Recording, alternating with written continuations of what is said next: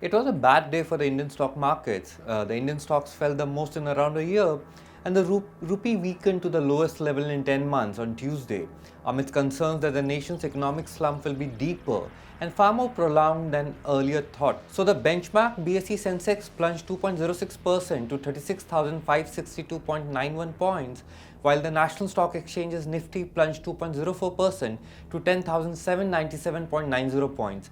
The metal, consumer durable, bank and telecom stocks were the worst hit.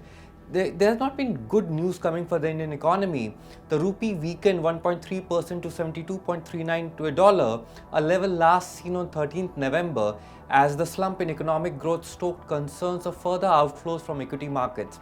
Interestingly, the 10-year government bond yield also fell on rising bets for a deeper interest rate cut. So if you look at the GDP growth, it has slumped to a 6-year low of 5% in the quarter ended 30th June from 5.8% in the preceding 3 months.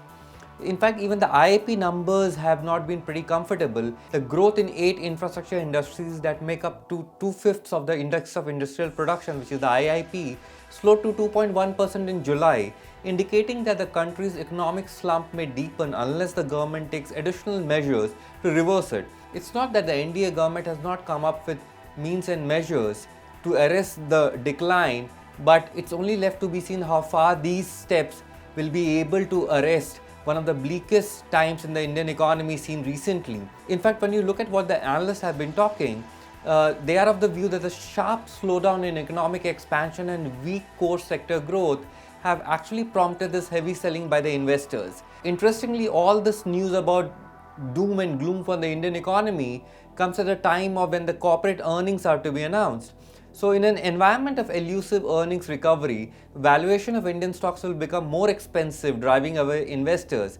Analysts believe that valuation-wise anyway, the Indian market is the most expensive amongst its peers. At the current level, Sensex and Nifty are trading at 17.56 and 16.69 times in the financial year 20 earnings respectively. In fact, the universe for these companies also doesn't look pretty robust. A Mint analysis of 1,284 listed companies, excluding banks, financials and oil and gas companies, showed that the net profit fell by 5.3% for the 3 months ended 30th June from a year earlier.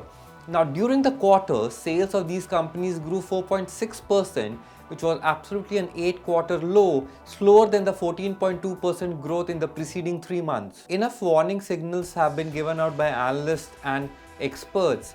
In fact, the slowdown in growth, and that it was slower than even the most bearish estimate, is a cause for concern for investors, Nomura said in its report.